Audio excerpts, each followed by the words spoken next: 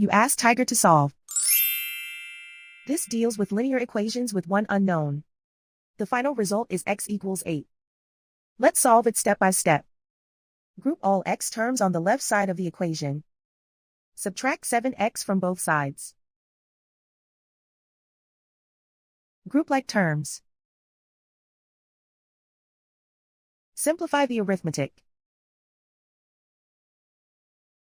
Group like terms. Simplify the arithmetic. Group all constants on the right side of the equation. Subtract 5 from both sides. Simplify the arithmetic.